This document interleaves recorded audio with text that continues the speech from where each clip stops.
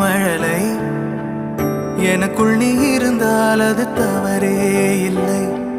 நீலை நான் பருவமழை சிறு சிறு துளியாய் விழும் தருணம் இல்லை.